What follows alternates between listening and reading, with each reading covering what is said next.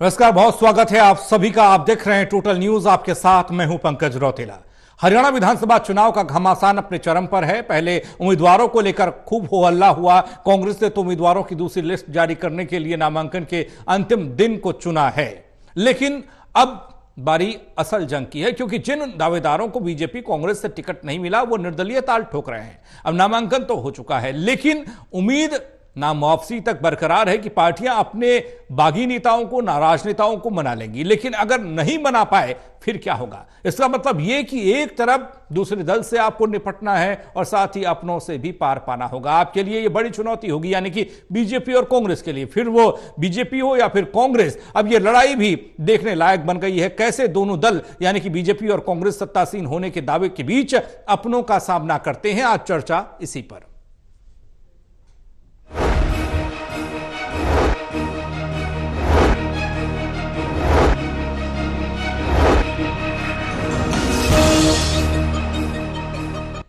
गैरों से पार पाना आसान लगता है, लेकिन जब अपने ही आपके सामने खड़े हो जाएं तो आप कैसे उनसे लड़िएगा, कैसे चुनाव जीतिएगा, कैसे आप एक बार फिर से सत्ता में आइएगा? ये वो तमाम सवाल हैं, इस पर हम चर्चा करेंगे। चर्चा के लिए हमारे साथ मौजूद है Devendra Kathuria, associate editor Panipat, doctor Mahesh Kumar, associate editor Hisar, Virendra Soni ji, वरिष्ठ पत्रकार। आप तीनों का स्वागत है। चर्चा करें उससे पहले खबर रिपोर्ट के जरिए।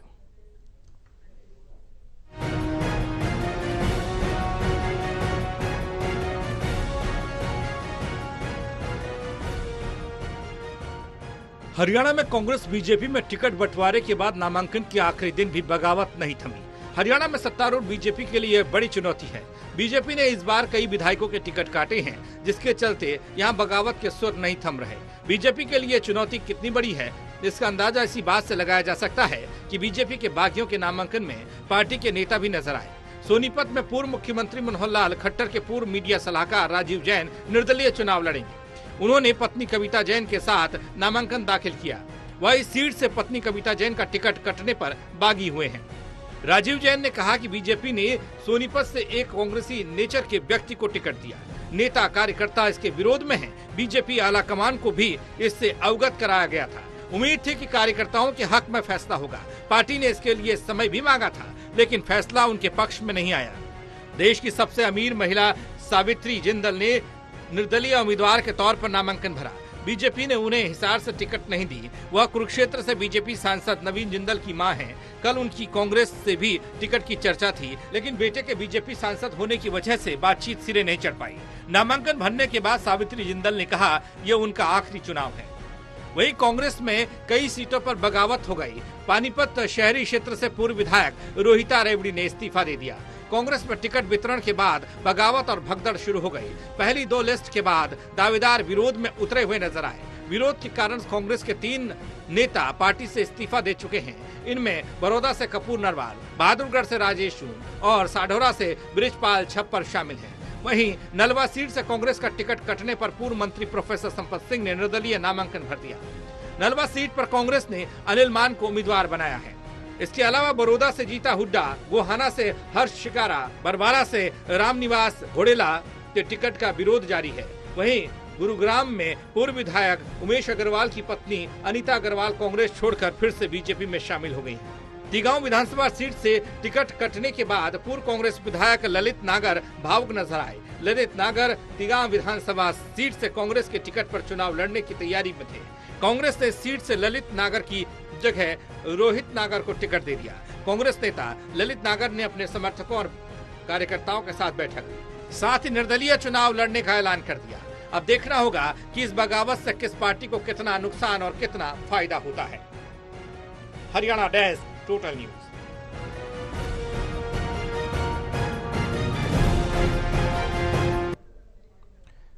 देवेंद्र, चर्चा की शुरुआत सीधे आपसे हम करने जा रहे हैं। जिस तरह की तस्वीर बन रही है, जिस तरीके से बगावती तेवर अपने लोगों ने ही दिखाया और नामांकन में एक बड़ी भीड़ उन लोगों की दिखी जो टिकट नहीं मिला और नाराज होकर चुनावी मैदान में उतर आए। कई बड़े नाम भी हैं, कई नेता ऐसे भी हैं जो काफी समय से चुनाव की तैयारी में थे, लोग उनके समर्थन में खड़े थे, लेकिन पार्टी ने विश्वास नहीं जताया। देखिए पंकज, मेरे को लगता है शहरी क्षेत्रों में भी ज्यादा है इस बार बागी। आप सोनीपत की बात करें, पानीपत की शहरी और ग्रामीण सीट की बात करें, कुरुक्षेत्र की बात करें, कहीं और भी इस तरह की है। लेकिन जो शहरी सीटों पर बगावत हो रही है खासतौर पर कांग्रेस में और बीजेपी में भी कुछ हद तक ये शहरी सीटों पर जो बागी चुनाव लड़ रहे हैं, मेरे को लगता है दोनों पार्टियों को नुकसान करेंगे। जी पार्टी देवेंद्र, थोड़ा सा आपकी आवाज में दिक्कत है, मैं आपके पास दोबारा आऊंगा इसी सवाल के साथ। उससे पहले महेश के पास चल रहे हैं। महेश, यही सवाल आपसे भी है। जो नाराजगी है उस नाराजगी को दूर करने के लिए कई तरह के जतन सियासी पार्टियां करती हैं, हालांकि अभी नाम की चटनी और नाम वापसी का दिन बाकी है। ऐसे में क्या हम उम्मीद ये कर सकते हैं कि जो नाराज हैं उन लोगों को मना लिया जाएगा? अगर नहीं मना लिया गया तो फिर कितनी बड़ी चुनौती होगी बीजेपी और कांग्रेस के लिए?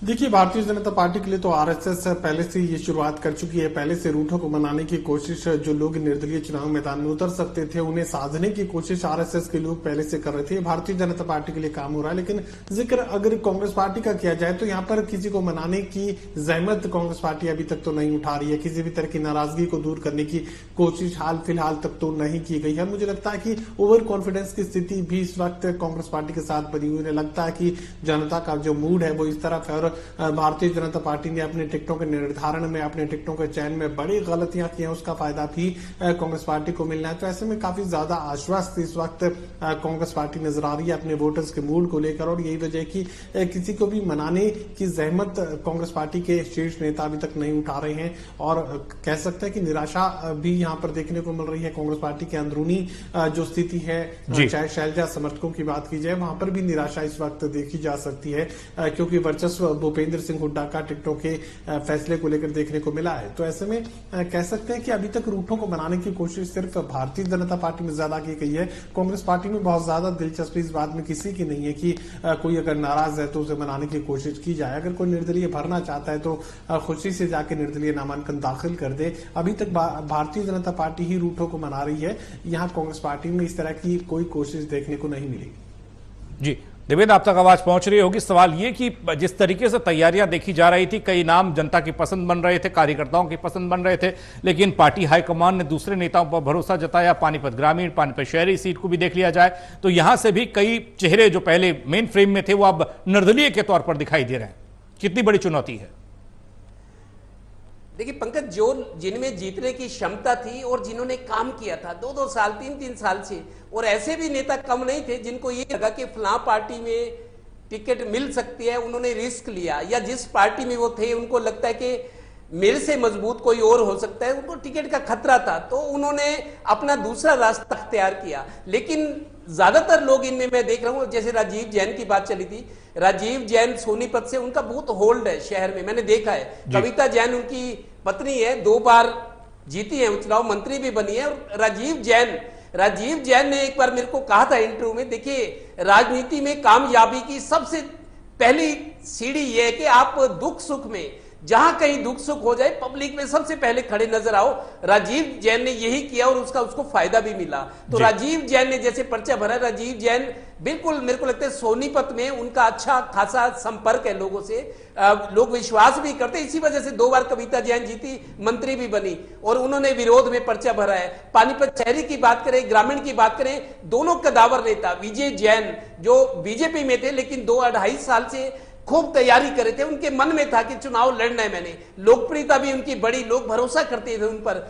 उन्होंने गरीब लोगों की मदद की, जो आया कभी किसी को निराश नहीं किया, एक हर आए व्यक्ति का सम्मान करना, मदद करना, मतलब अपनी लोकप्रियता का इजाफा बहुत हो गया था उनमें, और पूरी तरह से तैयार थे। और 2.5 महीने पहले कांग्रेस में गए टिकट की आस में, और कांग्रेस के नेता भूपेंद्र हुड्डा ने उनको रोहतक में ज्वाइन कराया था। उनको लगता भी था कि ये जिताऊ कैंडिडेट है, और ये पब्लिक में भी इस तरह की ओपिनियन थी, लेकिन उनको टिकट मिला था। कल 9-10 बजे तक टिकट पक्का था, वो तैयारी कर रहे थे, सुबह बुला रहे थे लोगों को कि रोड शो करेंगे, नामांकन भरेंगे। आधी रात को उनका टिकट काट दिया गया। लोग जब सुबह उठे तो ये क्या करामात हो गई, तो बड़े दुखी थे आज। उन्होंने ये भी कहा कि मैं तो सच्चा आदमी हूं, दान करता हूं, लोगों की भलाई करता हूं, मेरे साथ जिन्होंने साजिश की है भगवान सब देख रहा है। मतलब बहुत भावुक हो गया आज। अभी भी वो मैदान में डटे हैं, उन्होंने पर्चा आज भरा है। सर्व जातीय पंचायत है पानीपत में, वो लोकसभा चुनाव से पहले बनी थी, तो लेकिन मैं विजय जैन को मानता हूं अभी भी फाइट में, मुकाबले में है। और अगर उनको सहानुभूति मिली जी और सही उनके समीकरण बैठ गए तो भारी पड़ सकते हैं। दूसरा, रोहिता रेवड़ी भी विधायक रह चुके, 2014 से 19 में बीजेपी के टिकट पर 5 साल विधायक रही है, पूरा कार्यकाल था, उन्होंने ही काम किया, उनका प्रभाव है अपनी समाज में। हैदराबादी बिरादरी कहते हैं, जो पाकिस्तान से आए लोग थे, करीब 12 से 15,000 वोट उनकी शुरुआत होती है गिनती, जहां से, क्योंकि घर की वोट है, जो लोग उन पे भरोसा करते हैं। जब जिस वजह से वो जीती थी, तो कुछ क्षमता वाले नेता जो हैं वो टिकट की आस में कांग्रेस में गए या दूसरी जगह गए, उनकी उम्मीदें पूरी नहीं हुई और कांग्रेस ने अपने पुराने कार्यकर्ताओं, पुराने नेताओं पर भरोसा किया और जो अच्छे जीतने की क्षमता वाले थे, अच्छे नेता थे, उनको छोड़ दिया। यही वजह है कि वो अब निर्दलीय बनकर सामने खड़े हैं। बीरेन जी, बहुत एक लंबी चौड़ी लिस्ट है, 12-15 लोग तो बड़े ऐसे लोग हैं, जनाधार वाले लोग हैं, नेता बताए जा रहे हैं, दावेदार बताए जा रहे हैं, जो निर्दलीय चुनावी ताल ठोक कर अपनी ही पार्टी की मुश्किलों को और ज्यादा बढ़ा देंगे। कई नाम इसमें शामिल हैं, लेकिन नामांकन का आज दौर आखिरी था, आखिरी तारीख थी, और जो तस्वीर आज देखने को मिली उसे आप कैसे देखते हैं? देखिए, भारतीय जनता पार्टी के जिन भी लोगों ने कुछ नामांकन दाखिल किए हैं, प्रोफेसर रामविलास शर्मा ने तो घोषणा कर दी है, हालांकि राजीव जैन ने अभी भारतीय जनता पार्टी से इस्तीफा नहीं दिया, उन्होंने नामांकन दाखिल किया है। ऐसे जितने भी लोग हैं भारतीय जनता पार्टी से, अगर उनको वहां व्यवस्था से संतुष्ट नहीं है तो लेकिन उनको भारतीय जनता पार्टी के नेता मना लेंगे। भारतीय जनता पार्टी के नेता पूरी ऊर्जा लगाते हैं और इसके पीछे पृष्ठभूमि में राष्ट्रीय स्वयंसेवक संघ के जो लोग हैं, पदाधिकारी हैं, कार्यकर्ता हैं, वो भी उनको मनाने का प्रयास करते हैं। देखिए, ये क्षणिक जो है थोड़ा सा रोष होता है, नाराजगी होती है, क्योंकि बाद में जो भारतीय जनता पार्टी से जुड़े लोग हैं उनको लगता है कि रहना तो पार्टी के अंदर ही है, पार्टी की मर्यादा में रहना है, इसके अलावा कभी पार्टी से बाहर वो देख नहीं सकते। तो ऐसे में भारतीय जनता पार्टी की ज्यादा संकट है नहीं, लेकिन कांग्रेस के लिए ये कि जो दूसरे लोग कांग्रेस में आए थे उनको टिकट नहीं मिली, क्या कारण रहा? देखिए, सर्वे की बात तो अलग रही, जनाधार उनका मजबूत था, लेकिन पार्टी के प्रति समर्पण और निष्ठा कितनी थी ये पार्टी के लोग देखते हैं। अलग अलग मापदंड होते हैं, लेकिन यहाँ तो मापदंडों को तिलांजलि दे दी गई, कोई भी मापदंड रहा नहीं है। इस तरह कई लोग अभी अभी शामिल हुए, इनको टिकट थमा दिया गया। भारतीय जनता पार्टी में वही खेल हुआ, कांग्रेस में वही खेल हुआ। अब देखिए, वहां चौधरी निर्मल सिंह तो खुद चुनाव लड़ रहे हैं अम्बाला सिटी से, उनकी बेटी, उनके खिलाफ भी बगावत होकर अम्बाला कैंट से चित्रा सरवारा जो है वो आजाद उम्मीदवार के रूप में नामांकन दाखिल कर रही है। मतलब क्योंकि पिछली बार वो अम्बाला कैंट से लड़ी थी अनिल ललित के खिलाफ, उनको लगता था कि वो प्रभावी दावेदार हो सकती है, लेकिन उनको टिकट नहीं मिला। तो ऐसे में सभी को अपनी संभावना लगती है, लेकिन ये पार्टी को देखिए, टिकट तो एक को मिलना है, लेकिन चाहने वाले बहुत होते हैं जो अपेक्षाओं पर खरा नहीं उतर पाते। जिनको टिकट नहीं मिलती उनको पीड़ा भी होती है, निराशा भी होती है, क्योंकि पार्टी से बहुत अपेक्षा होती है। लेकिन समस्या कांग्रेस के लिए है, कांग्रेस अपने बागी नेताओं को कैसे मना पाएगी? देखिए, और ये अब टिकटों के अगर विश्लेषण करें तो 70 से ज्यादा टिकट भूपेंद्र सिंह हुड्डा के जो सिफारिश पर दिए गए हैं, कुमारी शैलजा के, उसके बाद 9 पे आंकड़ा आता है, रणदीप सुरजेवाला का 2 पे आंकड़ा आता है, फिर कांग्रेस हाईकमान की सिफारिश पर कितने टिकट दिए गए। कुल मिलाकर ये देखा जाए तो दबदबा भूपेंद्र सिंह हुड्डा का ही है। तो इसलिए मुख्य जिम्मेदारी भूपेंद्र सिंह हुड्डा की आती है कि वो जो लोग नाराज हो गए हैं, जिन्होंने बागी होकर नामांकन दाखिल किया, उनको मनाएं, उनको संतुष्ट करें। देखिए, उनकी भावनाएं भी आहत होंगी। जो नामांकन दाखिल किया है बागी होकर, कोई वो खुशी में नहीं किया, वो पीड़ा में किया है। उनको भूपेंद्र हुड्डा या उनकी टीम है, उनके जो साथी है, कितना मना पाते हैं, ये देखने वाली बात होगी। जी महेश, जिस तरीके से ये तस्वीर निकलकर सामने आ रही है, एक तो ये कि अगर मगर की स्थिति कई बार बनती हुई दिखाई देती है। अगर उम्मीदवार इस तरीके का चुनावी मैदान में होता तो शायद वो बेहतर टक्कर दे पाता, या ये नतीजों की बात की स्थिति बन जाती है। लेकिन जो मौजूदा आकलन पार्टियों ने किया गया, बीजेपी द्वारा किया गया या कांग्रेस द्वारा किया गया, नाम कई थे ये सब जानते हैं, कांग्रेस में सबसे ज्यादा दावेदार बताए गए और जीतने वाले नेता बताए गए, उन सबके बावजूद भी किस आधार पर ये नाम छाटे गए और उम्मीदवारों की घोषणा हुई, उन्होंने नामांकन किया, और जिनको दरकिनार कर दिया गया उनको क्यों?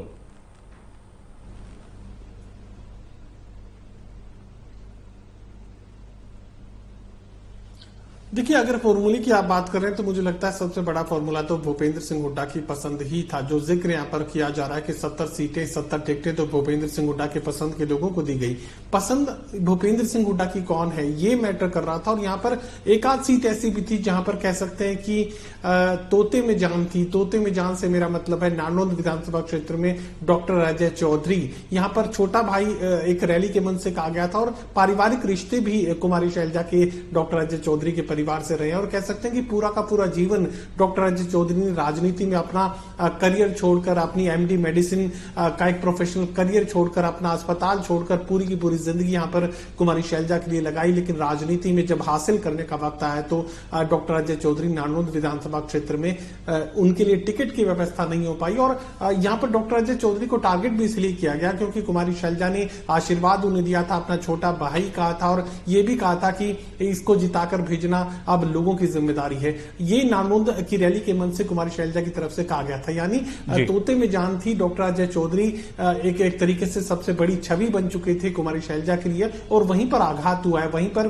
जो है टिकट काटने का काम किया गया। और आप ये टाइमिंग देखिए कि महज 3 घंटों का वक्त, 3 घंटे पहले डॉक्टर अजय चौधरी दिल्ली में मौजूद थे और 3 बजने में 3 घंटों का वक्त बचा था और तब तक टिकट का निर्णय नहीं हुआ था। डॉक्टर अजय चौधरी को नहीं पता था कि उन्हें टिकट मिलेगी भी या नहीं मिलेगी। हालांकि यहां जस्सी पेटवाड़ को ये पहले से संकेत दे दिए गए थे, एक दिन पहले ही वो जो है नारनौंद विधानसभा क्षेत्र में पहुंच चुके थे और सुबह ही वो हवन कर रहे थे उस वक्त जिस वक्त दिल्ली की दरबार में खड़े होकर यहां डॉक्टर अजय चौधरी टिकट का इंतजार कर रहे थे। आप टाइमिंग देखिए कि 3 घंटे पहले भी पार्टी ये नहीं बता रही है कि टिकट आखिर उन्हें मिलेगा कि नहीं मिलेगा। सवाल ये भी आया कि क्या डॉक्टर अजय चौधरी निर्दलीय चुनाव मैदान में उतर सकते हैं, तो साफ इनकार कर दिया। मैं पार्टी का अनन्य भक्त हूं, कांग्रेस पार्टी के साथ रहा हूं, कांग्रेस पार्टी के साथ रहूंगा, कभी भी पार्टी के खिलाफ नहीं जाऊंगा। निर्दलीय नॉमिनेशन दाखिल करने से डॉक्टर अजय चौधरी ने इनकार किया। तो यहां मैं ये बात कह सकता हूं कि कांग्रेस पार्टी के अंदर भी काफी विपरीत परिस्थितियां इस वक्त बनी हुई हैं,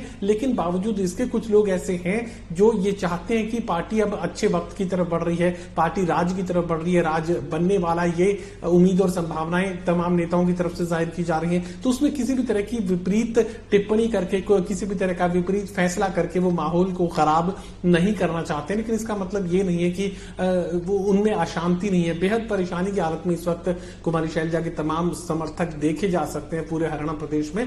और भारतीय जनता पार्टी का मैं जिक्र करूं तो बीजेपी के कई नेताओं से मैंने जो है उनकी मन की बात को समझने की कोशिश की। सबने कहा कि टिकटों का फैसला गलत हुआ, इसका नुकसान तो उठाना ही पड़ेगा। कार्यकर्ताओं के मन की बात को नहीं सुना गया, जो जीत सकता था उसे टिकट नहीं मिल पाया। हम हमेशा से भारतीय जनता पार्टी को बेहतरीन रणनीतिकार मानते रहे थे, लेकिन लोकसभा चुनाव में हमें लगा कि शायद किसी एक नेता की वजह से ये गलत फैसले लिए गए जिसका नुकसान बीजेपी को हुआ। लेकिन अब जो विधानसभा चुनाव में जो टिकटों का फैसला भारतीय जनता पार्टी की तरफ से किया गया, उसका बहुत बड़ा नुकसान भारतीय जनता पार्टी को होना ही है। ये भारतीय जनता पार्टी के लोग भी जानते हैं। जी देवेंद्र, कई बड़े नेता, एक दर्जन से ज्यादा सीटों पर ये नाराजगी साफ तौर पर दिख रही है। कई दिग्गज निर्दलीय मैदान में ही, हम सब जानते हैं। इधर गोपाल कांडा ने भी अपना पाला बदल दिया, इन लोगों के साथ वो आए हैं और सावित्री जिंदल ने निर्दलीय पर्चा भरा, जबकि उनके बेटे सांसद हैं, बीजेपी के टिकट से चुनाव लड़े और जीते कुरुक्षेत्र से। गौतम सरदाना की बात करें, वो चुनावी मैदान में। तिगांव से ललित नागर कांग्रेस के खिलाफ उन्होंने मोर्चा खोल दिया। विजय जैन की बात तो हो ही चुकी है। कि पंकज, ये बड़े चेहरे हैं जिनका आपने नाम लिया, इनके साथ जनाधार है। दरअसल अगर ये जीते थे, मान लो गौतम सरदाना मेयर बने थे, सावित्री जिंदल है, इतने बड़े परिवार से आती है, सबसे अमीर महिला 4थे नंबर की है, उद्योगपतियों के हिसाब से बात करें तो उनका प्रभाव ही बहुत है। अगर वो मैदान में उतरती हैं तो मेरे को लगता है कि लोग पार्टी नहीं सावित्री जिंदल को देखेंगे, इतना उनका रुतबा है। आप देखिए, हजारों लोग उनका, इतने इंडस्ट्री है, इतनी बड़ी कारोबार है, उसमें उन्होंने उनको नौकरियां दी हुई है, रोजगार दिया हुआ है, दान करते हैं, नेत्र दान के कैंप लगवाते हैं, लोगों का सीधा सीधा जुड़ाव है। विजय जैन की बात करें, मेरे को लगता है जिस तरीके से वो तैयारी कर रहे थे, उन्होंने चुनाव लड़ने से पहले ही बहुत कुछ कर दिया। आप समझिए, जो आया उसकी मदद की, कभी खाली नहीं जाने दिया। भंडारे लोगों के लिए, गरीब लोग, अब जब चुनाव लड़े थे मैं देखता था पता नहीं कहां से लोग भंडारे खाने, सारा दिन, मतलब भूखे को खाना मिल जाए, उनके लिए यही बहुत था। तो हर तरह की उन्होंने मौज की हुई थी। लेकिन उनके साथ जिस उम्मीद के साथ कांग्रेस में गए, बहुत जबरदस्त धक्का लगा है। आज सुबह हमने बाइट की, बहुत दुखी थे, लेकिन तब भी ये कहा था कि इन्होंने जो किया है उनका भगवान अपने आप हिसाब करेगा, मैं अपना कर्म कर रहा हूं। तो आज उन्होंने पर्चा भरा है, सर्व जातीय पंचायत नाम का एक बनी हुई है यहाँ पे उसके। लेकिन उनका ये भी है कि आप देखना मेरे साथ हुआ, मैं जीत के दिखाऊंगा। मतलब उनकी सेंटिमेंट्स है, जितने भावुक हुए लोग उनको देखकर तरस भी आ रहा था उनको कि ऐसे सच्चे आदमी के साथ ये हुआ है। उसके अलावा जैसे रोहिता रेवड़ी, चल रोहिता रेवड़ी का तो ये कि ज्यादा सक्रिय तो अभी हुई थी जब चुनाव आए हैं। उसके अलावा और बहुत, राजीव जैन का मैंने जिक्र किया, और जगह पर भी हैं ये लोग, इनमें जनाधार है, इनमें मतलब सैकड़ों हजारों वोट इनके कहने से इधर उधर हो जाते हैं, उस प्रोफाइल के नेता हैं। अब जो लोग बागी खड़े हैं, मेरे को लगता है अभी 16 तारीख वापस नाम लेने की है, विड्रॉल की। कुछ लोगों को भूपेंद्र हुड्डा, बड़े नेता हैं बीजेपी वाले, मना लेंगे। मनोहर लाल जी हैं, नायब सैनी है, इन्होंने मनाया भी है, और अभी टाइम है 2-3 दिन का। आज 12 तारीख है, 13, 14, 15 है, 13 को कल स्क्रूटनी होगी, 15 है और 16 तारीख को विड्रॉल होना है। तो कुछ लोग शायद मैदान से हट गए। ये तात्कालिक प्रतिक्रिया थी, उनका गुस्सा था कि भर दो पर्चा, समर्थकों का भी दबाव था। लेकिन अब 2 दिन बाद थोड़ा सा ठंडे दिमाग से सोचेंगे, उनको पुचकारा जाएगा, मनाया जाएगा कि पार्टी का नुकसान करो, वास्ता दिया जाएगा, तो मेरे को लगता है कुछ लोग हट सकते हैं। लेकिन कुछ लोग ये भी है कि समर्थन दे दे। उनको एक ये तरीका भी होता है चुनाव में कि चलो मानो मनोवल होती है, पुचकारते हैं तो उनको समर्थन देके एक तरफ हट जाते हैं, चलो मेरा तो क्या होगा लेकिन इनका नुकसान ना हो। तो इस तरह की जज्बात भी सामने आएंगे। तो अभी 16 तारीख है, हो सकता है कि बहुत सारी चीजें डैमेज कंट्रोल हो जाएगा, कांग्रेस का भी, बीजेपी का भी। लेकिन ये मैसेज जो गया है, जिस तरीके से सर्वे की रिपोर्ट थी, सर्वे आए हैं, 3-3 सर्वे हुए हैं, लोगों को जो एक मतलब बताया गया कि काबिलियत के आधार पर, आपकी पकड़ के हिसाब से, आपकी निष्ठा के हिसाब से, आपके संसाधनों के हिसाब से, सब चीजों को देखकर फैसला किया जाएगा। लेकिन मेरे को लगता है सर्वे ज्यादा मायने नहीं रखता। जिसकी जो लोबिंग थी, जो जिसको टिकट देना था अंदर खाते, वो भी सब हुआ है, और ऐसा होता रहे चुनाव में। जी बीरेंद्र जी, जो नाम हमने गिनाए वो नाम काफी महत्वपूर्ण है। गोपाल कांडा भी अब पाला बदल चुके हैं। इसकी एक वजह, क्योंकि लगातार जिस तरह से खबरें निकलकर सामने आ रही थी उनकी दोस्ती को लेकर और यानी कि गठबंधन को लेकर, उन सब के बीच वो अब अलग हैं। सावित्री जिंदल का जिक्र हमने किया है, और इसके अलावा कई और दिग्गज, गौतम सरदाना जिनको टिकट उनको ऐसा लग रहा था कि उन्हें मिलेगी, और ललित नागर हो, चाहिए ये नाम बड़े नाम हैं। और ऐसे में मना तो लिया जाएगा, अगर मनाने के बावजूद भी कुछ लोग जो रह गए, उनसे निपटने की रणनीति प्लान बी क्या होगा? सबसे बड़ी बात तो यह है कि जब आप सर्वे कराया, आपने आकलन किया, उन सब के बावजूद ये नाराजगी क्यों आती है? कांग्रेस ने तो यहां तक की रणनीति, देर करो की रणनीति, नामांकन के दिन अपनी अंतिम सूची जारी की उम्मीदवारों की। देखिए, इसके लिए निजी महत्वाकांक्षा दोषी है। देखिए, भारतीय जनता पार्टी भी निजी महत्वाकांक्षा को बढ़ावा देती है, प्रोत्साहन देती है। भाई जो लोग नए आते हैं वो पहले संगठन में काम करें, उनको आप आते ही टिकट थमा देते हो, उनकी महत्वाकांक्षा को बढ़ा देते हो, तो इसके लिए पार्टी खुद ही दोषी है। अब देखिए पार्टी ने क्या किया, लोकसभा चुनाव चौधरी रंजीत सिंह को लड़ाया, और आज चौधरी रंजीत सिंह कहां है? मतलब पार्टी ने जिनको पहले मंत्री भी बनाया, फिर उसके बाद मंत्री पद बना रहने दिया, लोकसभा चुनाव पार्टी में आ गए, लेकिन उनको मंत्री पद फिर भी बने रहने दिया, आज वो कहां खड़े? तो मतलब पार्टी के स्तर पर भी कई गलत फैसले हुए हैं, और जो अपने कार्यकर्ता हैं, जो कैडर के लोग हैं, उनके साथ अन्याय भी हुआ। तो मतलब देखिए, पार्टी का एक तरह से जिनके प्रति जनाधार है, जो पार्टी से वर्षों से जुड़े रहे, जो त्याग तपस्या वो लोग करते रहे, उनके प्रति समर्पण का भाव भी रहा है पार्टी के प्रति, लेकिन पार्टी ने उनका सम्मान कहां किया? तो इस तरह पार्टी के स्तर पर भी, कई संगठन के स्तर पर भी कमियां हुई हैं। अब ललित नागर कांग्रेस के हैं, उनका टिकट कटा, क्या कारण रहा? क्या रॉबर्ट वाड्रा भूमि प्रकरण था, क्या उसकी भूमिका को लेकर उनका टिकट काटा गया? क्यों काटा गया ये तो कांग्रेस के नेता ही जानते हैं, लेकिन इस मामले में सवाल तो उठेंगे ही। और ये देखिए, कोई भी पार्टी हो, उसका पर सबका राजनीतिक चरित्र एक जैसा हो गया है, चाहे भारतीय जनता पार्टी हो। भारतीय जनता पार्टी अब आदर्शवाद की बात नहीं करती है, अब उसको अवसरवाद चाहिए, जिताऊ उम्मीदवार चाहिए, कि उसकी छवि कैसे ही हो। अब देखिए, भारतीय जनता पार्टी निखिल मैदान को टिकट दे दे, मतलब जिसके खिलाफ भारतीय जनता पार्टी लड़ती रही, कई तरह के आरोप मनोहर लाल जी लगाते रहे जब मेयर का चुनाव था, अब पार्टी उसको टिकट दे दे। अब मनोहर लाल जी किस मुंह से वोट मांगेंगे सोनीपत के अंदर जाकर? और इस तरह देखिए, पार्टी के स्तर पर भी कमियां हुई हैं, चाहे कांग्रेस हो चाहे भारतीय जनता पार्टी हो, दोनों ही बराबर के दोषी हैं। तो इस मामले में अब एक बात है कि आम आदमी तो चुनाव लड़ नहीं सकता, वो तो कल्पना ही नहीं कर सकता, और जब पैसे की मुख्य भूमिका रहती है, तो ऐसे में भारतीय जनता पार्टी के स्तर पर भी, संगठन के स्तर पर जो एक आम कार्यकर्ता के लिए एक दरवाजे खुले होने चाहिए थे, वो इस बार आम कार्यकर्ताओं को पार्टी ने टिकट नहीं दिया। हालांकि संघ ने कुछ प्रयास किया है, 2-3 टिकटें संघ के दबाव में भारतीय जनता पार्टी को देनी पड़ी है, और 14 विधायकों की टिकटें पार्टी ने काटी है, लेकिन आम आदमी को जो टिकट, आम कार्यकर्ता को टिकट देने की बात थी, उसमें भारतीय जनता पार्टी से भी चूक हुई है। जी, एक छोटे से सवाल का और जवाब आपसे वीरेंद्र जी चाहिए होगा। अगर आज के दौर में देखें, जब नामांकन कंप्लीट हो गया है, तमाम उम्मीदवार अब चुनावी मैदान में, चाहे बागी हों चाहे वो पार्टियों के हों, बीजेपी और कांग्रेस में मुख्य मुकाबला देखने को मिल रहा है। इन दोनों को हम अगर आंखें तो मुश्किलें किसके लिए सबसे ज्यादा दिखाई दे रही हैं और फायदा किसको दिखाई दे रहा है, कुछ इस तरह का आकलन हम कर सकते हैं कि उम्मीदवारों के बेस पर उनकी मजबूती के हिसाब से? वीरेंद्र जी, अभी तो कहना कुछ जल्दबाजी है। देखिए, भारतीय जनता पार्टी ने 14 सितंबर की प्रधानमंत्री नरेंद्र मोदी की कुरुक्षेत्र में रैली रख दी है और अभी कांग्रेस के उस स्तर पर तो कोई तैयारी है ही नहीं। कांग्रेस तो अभी अपने कार्यकर्ताओं को, अपने नेताओं को जो बागी हो गया उनको मनाने में लगी। भारतीय जनता पार्टी की दोहरी ऊर्जा लगी हुई है। एक तरफ रैली की तैयारियों में कार्यकर्ता लगे हुए हैं और दूसरी तरफ जो कार्यकर्ता रूठे हैं उनको मनाने में लगे हुए हैं, और कांग्रेस के पास अपने जो प्रदेश स्तर के नेता वही लगे हुए हैं, या जो मतलब भारतीय जनता पार्टी में तो केंद्रीय नेता पूरी रुचि ले रहे हैं, उनकी ड्यूटियां लगी हुई हैं, लेकिन कांग्रेस में इस तरह की कोई व्यवस्था दिखाई दे नहीं रही अभी तक। तो ऐसे में अगर देखा जाए तो देखिए, माहौल तो कांग्रेस के पक्ष में है, इसमें कोई दो राय नहीं है, लेकिन उस माहौल का कांग्रेस कितना फायदा उठा पाएगी ये समय बताएगा। चलिए, बहुत शुक्रिया आप तीनों का हमारे साथ जुड़ने के लिए और सवाल जवाब करने के लिए, क्योंकि सवाल इसलिए महत्वपूर्ण है कि कई लोगों को जब टिकट नहीं मिलता, उनकी नाराजगी निर्दलीय के तौर पर या फिर उनके कांग्रेस या बीजेपी के खिलाफ जो पर्चा दाखिल हुआ उसके एवज में देखने को मिलती है, इस तरीके से देखने को मिलती है। हालांकि अभी नाम वापसी का दिन बाकी है और मान मनोबल की स्थिति भी यहां पर देखने को मिलेगी। देखना है कि कितने लोगों को पार्टियां मना पाती हैं, अपने फेवर में कर पाती हैं। छोटा सा ब्रेक, जल्द वापस आ रहे हैं।